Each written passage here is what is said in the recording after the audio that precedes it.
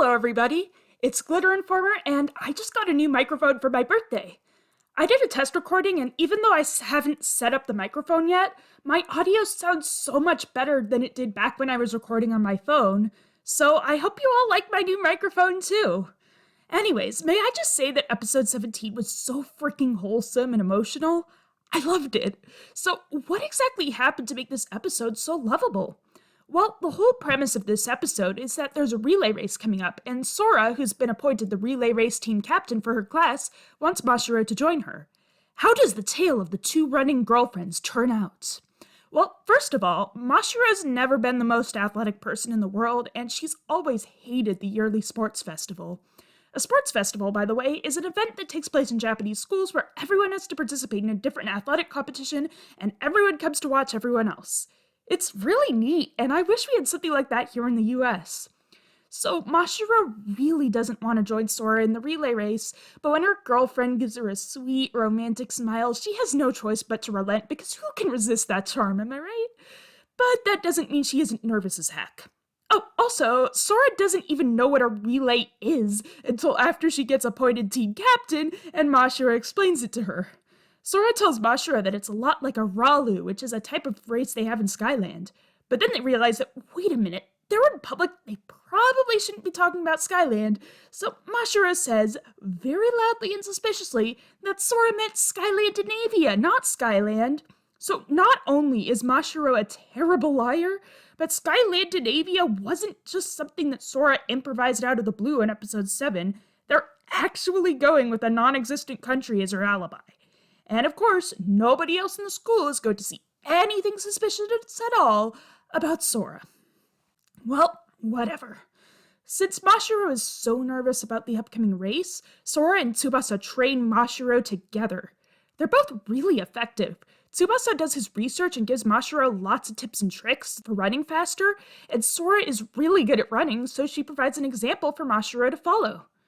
The day of the race finally comes, and it should be mentioned that Sora and Mashiro are only 2 of 6 people in their class's relay team. The other 4 are random characters who never even get named. It would have been nice if some of the team members were among the 3 friends that Sora made back in her first day at this school, but they aren't.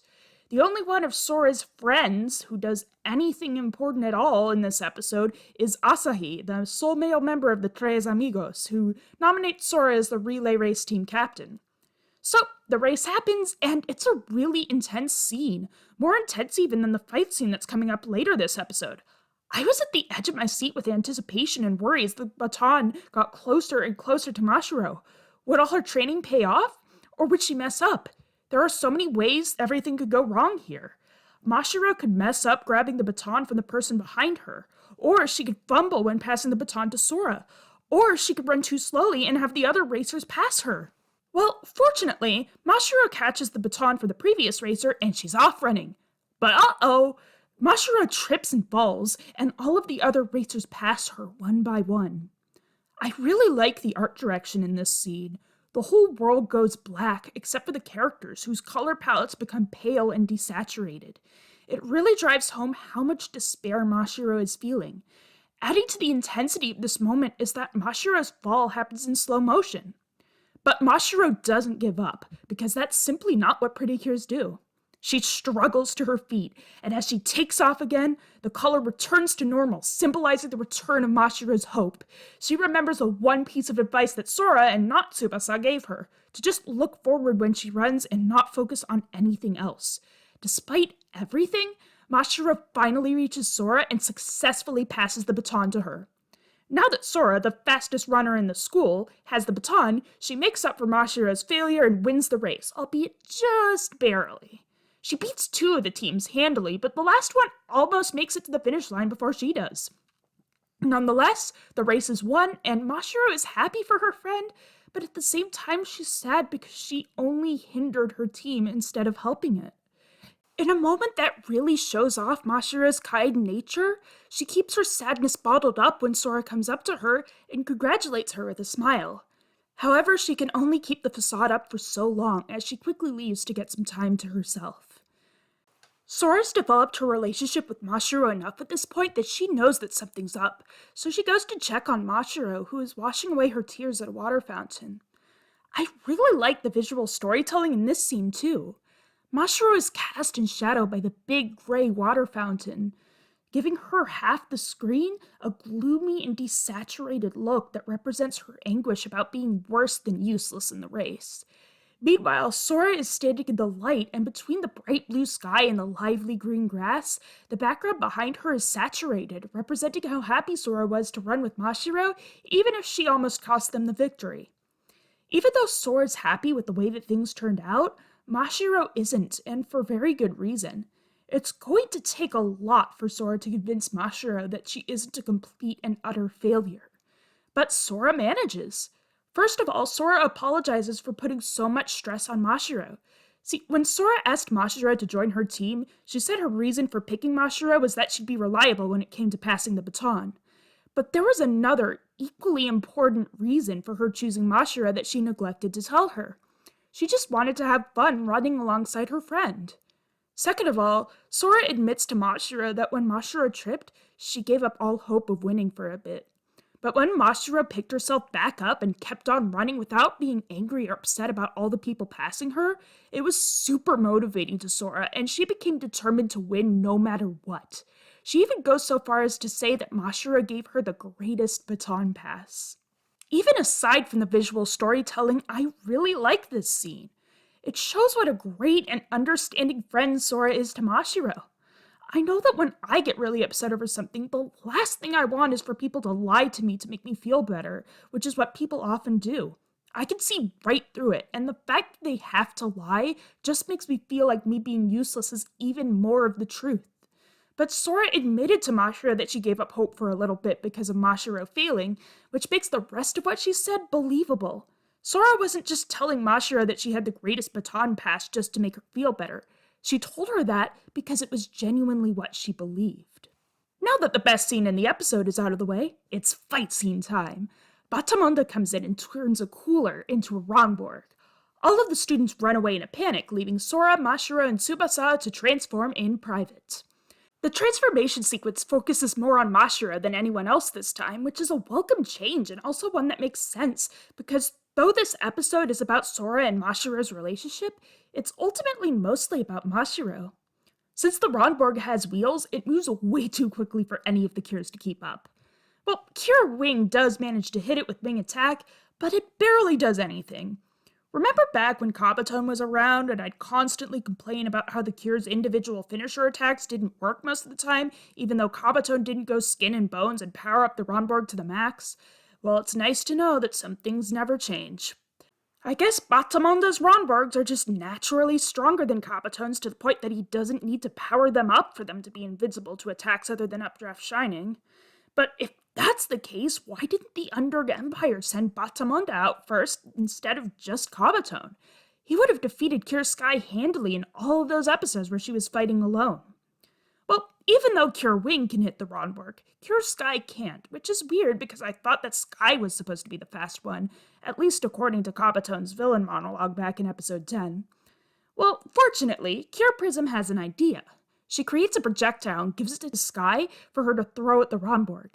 That way, they can combine Prism's range and Sky's speed while also doing a nice parallel to the relay race. The plan is a success, which means it would have been real convenient if Prism had come up with this back in episode 9 during the fight with Kabaton's flying saucer Ronborg. Remember how Sky and Prism combined their efforts but couldn't manage to get up to the Ronborg because it was too high up? Well, imagine if Prism had launched Sky into the air with her projectile like they did in that episode, but sent another projectile along with Sky for her to throw once she reached her maximum height. They probably would have hit the Ronborg way earlier. Anyways, Sky's attack using Prism's powers knocks over the Ronborg, allowing the two to finish the Ronborg off with Updraft Shining. Sky collects the extra Kara Kara energy from the defeated Ronborg, which basically confirms that every episode going forward that involves Kara Kara energy will have Sky collecting it, even if the main focus of the episode is somebody else. The episode ends with a nice scene where Agaha talks with Mashiro and Sora in Mashiro's backyard. Mashiro says that she's never been so disappointed in herself in her entire life as she was after the race, and Agaha replies that even so, it's exciting that Mashiro found a new side of herself. There's this really sweet moment where Sora asks Mashiro what the new side of herself is like, and Mashiro says that it's more competitive and more into running than she would have thought possible. So not only did Mashiro get to make Sora happy by spending time with her, but she also discovered a new hobby that she likes. From here on out, she and Sora decide to go running together every day. What a sweet ending for such a sweet episode. Today's ending theme cure is once again a cameo from a previous season. This time, it's Cure Heart from 2013's Doki Doki Pretty Cure. This is actually really fitting because Cure Heart is also a really fast runner. In fact, in the very first episode of Doki Doki Pretty Cure, she almost set the national record, and that's while she was in her civilian form as Mana Ida. I wonder who would win in a race, Mana or Sora? Overall, this episode was really emotional and heartwarming. Rather than going over all the reasons why in a quick summary, I'd prefer to close off this video by talking about how episode 17 fits in what seems to be the main message of the season as a whole. It doesn't matter whether you're weak or strong as long as you're kind. This season has tried to convey this message throughout its episodes, but I don't feel like it actually succeeded until this one. The reason it kept failing is because the characters who push this message are the Pretty Cures, who are stronger than anyone else in this season, so it's easy for them to talk about how strength doesn't matter. Not to mention that they don't ever defeat the villains because of their kindness, but because of their strength. If the Cures were weak, the villains would be proven right because they defeat Pretty Cure, and Earth and Skyland would be up a creek without a paddle. But in this episode, for the very first time, the strong/weak dynamic is changed. Rather than it being the strong, pretty cures, the weak villains who get defeated, and the weak side characters who have to sit back and do nothing as the cures save the day, here we have the strong Sora and the weak Mashiro as far as running is concerned.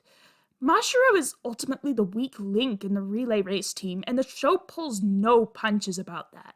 Her team almost loses the race because of her. But in this scenario, winning and losing doesn't matter. What matters is that Sora and Mashiro have fun together and help each other improve themselves, which is only possible because Sora and Mashiro are both kind to each other. It's not Mashiro's strength or lack thereof that determines whether she deserves to be a team member. It's the friendship that she's cultivated that gives her and Sora the motivation to compete to the best of their ability. Well, that's it. But just you wait, because next episode is going to be a really big deal when I finally get around to it. Why exactly is that? 2 words. Cure Butterfly. I'll see you then.